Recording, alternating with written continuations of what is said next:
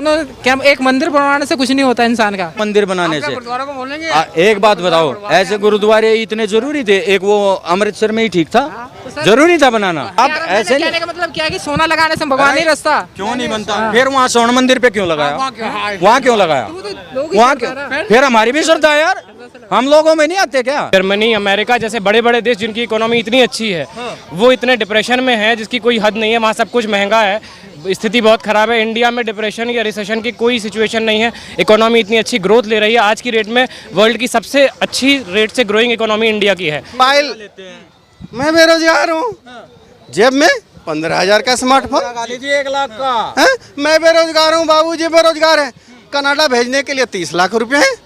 काम तुम करते नहीं, मैसों का काम करने में तुम्हें डर लगता है, दूध चाहिए तुम्हें फ्री में, तो ऐसे थोड़ा ना होता है। सर पहले भी तो लोग करते, आप क्यों नहीं करते? वो तुम पूछो ना अपने आप को, जनरेशन तुम हो, हम थोड़ा ना है। हमें रोटी, कपड़ा, मकान सब कुछ मिल रहा है, हम फिर भी बोल रहे हैं कि कुछ नहीं मिल रहा।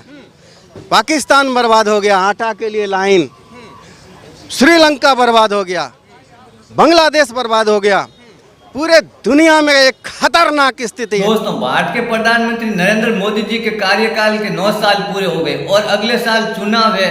तो पत्रकार भाई ने जब देश के अलग अलग धर्म के लोगों से जानना चाहा नरेंद्र मोदी जी के बारे में और भारत की तरक्की के बारे में, तो सभी भाइयों की अलग अलग राय थी और इंटरेस्टिंग राय थी। आप लोग देखो इस वीडियो में क्या कहते हैं सभी धर्मों के लोग मोदी जी के बारे में और भारत देश की तरक्की के बारे में। इंटरेस्टिंग वीडियो है। क्या नजर आता है? ज्ञान वापी की चर्चा है, योगी जी का बयान आता है, उसके बाद से लोग चर्चा शुरू कर देते हैं। सर क्या नाम है, मोदी जी के भी ले लो, चाहे योगी जी के ले लो, तो सर क्या नाम है, दोनों साइड से दोनों क्या, एक मंदिर बनवाने से कुछ नहीं होता इंसान का।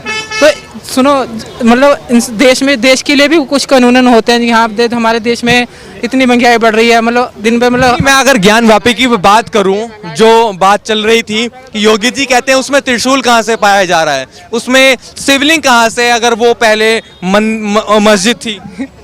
सर उसके बारे में तो खैर मुझे पता नहीं, वो भैया बताएंगे। आपको क्या लगता है? एक बात बताइए भैया, एक छोटी सी बात है, माइंड मत करना। आपने कहा मंदिर बनाने से कुछ नहीं होता। सर मंदिर सुनो मेरी बात सुनो, अगर सुनो मेरी बात सुनो, पत्थर में नहीं, ऐसे मत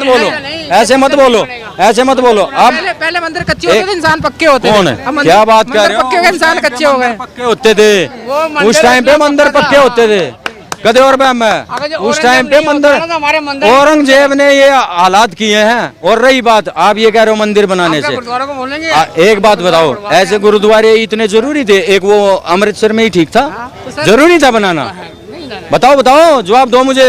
जरूरी था जगह जगह बनाने? हमारे तो सदियों से बने हुए हैं, आपके तो बाद में बने हैं। ये अमृतसर वाला ही बाद में बना है, हमारे तो सदियों से है। वो तो आप ऐसे कहने का मतलब क्या है कि सोना लगाने से भगवान नहीं रचता। क्यों नहीं बनता? फिर वहाँ स्वर्ण मंदिर पे क्यों लगाया? वहाँ क्यों लगाया? वहाँ क्यों? फिर हमारी भी श्रद्धा है यार, हम लोगों में नहीं आते क्या?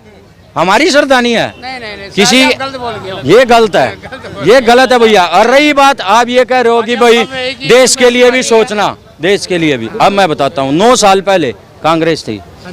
अगर 9 साल तक, आज तक अगर कांग्रेस होती ना, तो लिख के देता हूँ, तू यहाँ पे ढंग से नहीं खड़ा हो सकता था। ये हकीकत है, आप खड़े नहीं हो सकते थे, और खासकर अपनी ये पहचान पहन के। सही बात है, ये सच्चाई है, इसको झुठलाया नहीं जा सकता। आज सनातनी का हर बच्चे को मतलब का समझ में आया है। 9 साल पहले सनातन धर्म के बारे में किसी को भी नहीं पता, हमें भी नहीं पता था। हमने टिप्पू सुल्तान पढ़ा है, आज बच्चे रामायण पढ़ रहे हैं। जी आपको क्या लगता है कि जब से मोदी जी आए हैं, लोग यही कहते हैं कि हिंदू मुस्लिम हो रहा है, मंदिर मस्जिद हो रहा है, तो क्या आपको लगता है यही बात है क्या? सर जब पहले मनमोहन सिंह भी थे, वो भी तो चला रहे थे, तो उस टाइम पे क्या था, मतलब उस टाइम पे इतनी महंगाई थी, आप भी लोग सभी जानते हो, उस टाइम पे तो कुछ नहीं था इतना। और आज देख लो, कोई भी इंसान, कोई भी सामान। लोग कहते हैं कि उस टाइम सैलरी भी कम थी, आज सैलरी भी बढ़ रही है महंगाई के साथ साथ। बताओ सैलरी कहाँ ज्यादा है? आपकी कितनी थी? वो कर रहे हमारी खुद की 10,000 रुपए सैलरी है। अब पहले कितनी थी? हैं? पहले भी इतनी थी, मतलब बच्चा था मनमोहन के टाइम पे। 10 साल पहले कितना होगा यार, पढ़ता होगा स्कूल में। मैं बताता हूँ, 10 साल पहले मेरी सैलरी क्या थी, सिर्फ 12,000 रुपए। आज पता है कितनी ले रहा हूँ मैं? 40,000 रुपए। तो सर उसके टैक्स भी तो लग रहे हैं तुम्हारे। फिर वही बात, टैक्स तो देने पड़ेगा यार, देश में नहीं रहता। सुविधा अगर लूंगा मैं देश की सरकार की तो टैक्स देने में क्या दिक्कत है? क्या दिक्कत है भैया? लेकिन मेहनत तो कर रहे हैं। रही बात आज के टाइम में काम की कहीं पे भी कमी नहीं है, करने वाले की कमी है। आप बीए कर रहे, ग्रेजुएशन कर गए या एमबीए कर गए, आप अगर एक चाय की ठेला नहीं लगा सकते हैं, आप क्या कहोगे? हाँ मैं पढ़ रहा हूँ। आज एमबीए चाय वाला सुना है? तो सर सुना करोड़ों में है, वो बिजनेस कर रहा है। उसने ये नहीं देखा छोटा धंधा है, उसने अपने दिमाग से उस चाय को ही 10 रुपए वाली चाय को 100 रुपए में बेच रहा है आज। तो आज हमारा बच्चा मतलब क्या ना, बच्चे को जॉब मांगने के लिए जाते हैं, मतलब सरकारी जगह जॉब मांगने जाते हैं, उससे पूछते हैं कि कितना पढ़ा है, कितना पढ़ा है, ठीक है ग्रेजुएट मांगते हैं। अगर बंदा पढ़ा नहीं है, मतलब उसको जॉब नहीं मिलेगी।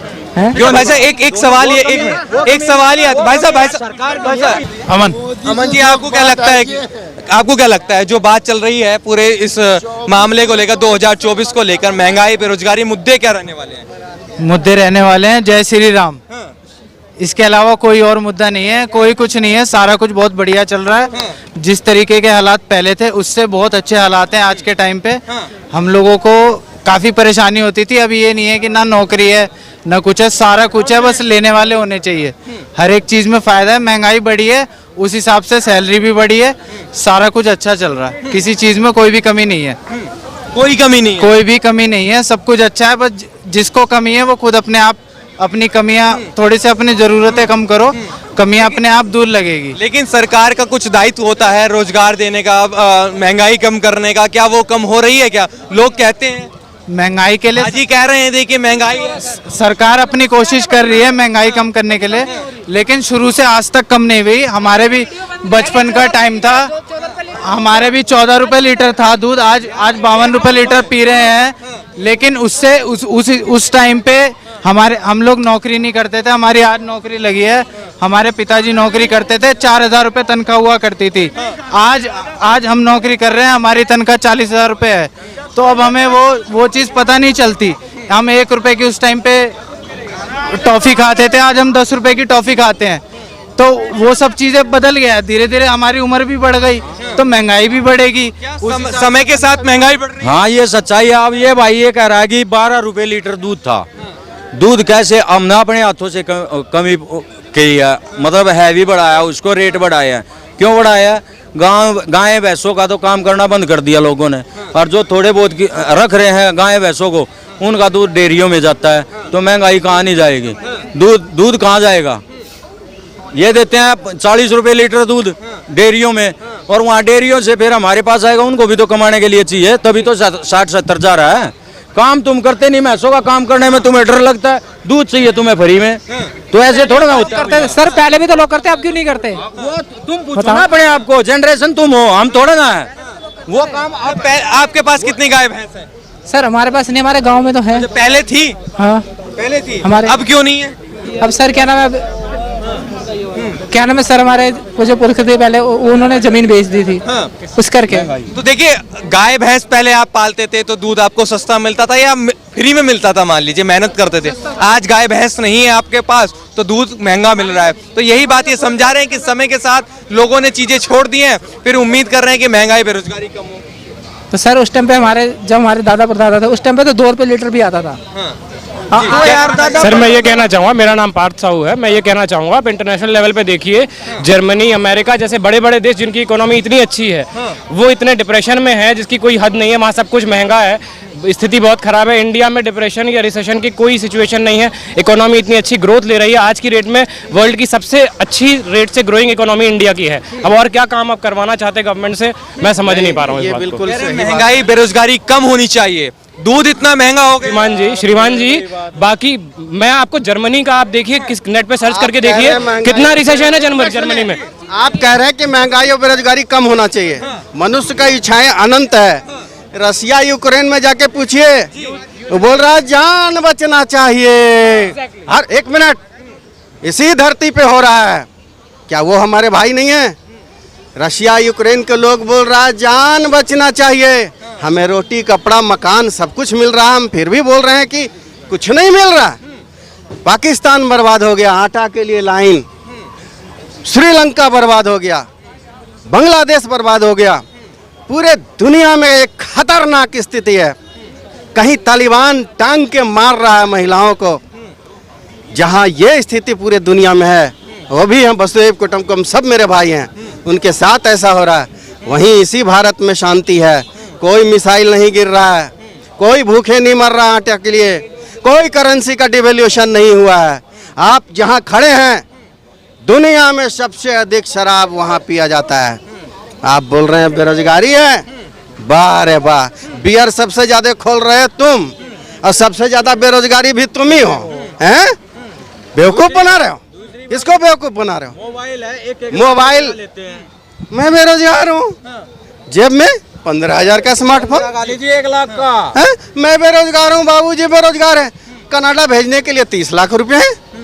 तो मेरा ये कहने का मतलब है भैया, ऐसा कुछ नहीं है कि एकदम भूखे मर रहे हो। और जो भूखे मरने वाला जो था, जो अनपढ़ व्यक्ति, जो मजदूर था, 800 रुपया दहाड़ी है।